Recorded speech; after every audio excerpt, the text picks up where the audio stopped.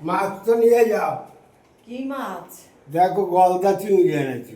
বাবা, গলদা চিংড়ি? হ্যাঁ, বাবা, এ তো দেখি শিংগুলো, এগুলো কি মাছের? মাছের দাঁড়া, বাসন নিয়ে আসি। মুখে থাকে, মুখে দাড়িগুলো থাকে। আজকে এই মাছ আনলা? আমি দিদি নাই বাড়িতে। তো আমি তো তোমার বললাম কাইটা নিয়ে ও আসি। বাবা, যা,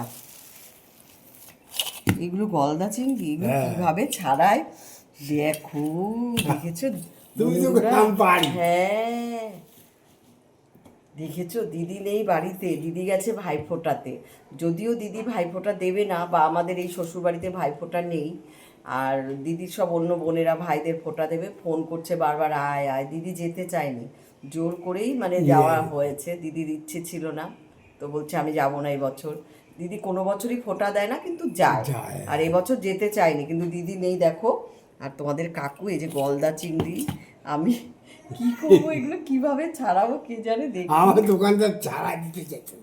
তাই? হ্যাঁ, আমি বললাম, না বাড়ির লোক বলতে নিজ ছাড়াই নেবে। এগুলো কিভাবে রান্না করব? কি হবে আমি তো জানি না। এবার দিদি থাকলে কি ভালো হতো, সত্যি বিশ্বাস করো, তোমরা আমাকে হয়তো বলবে যে ন্যাকামি করে, রান্না জানে না, কিন্তু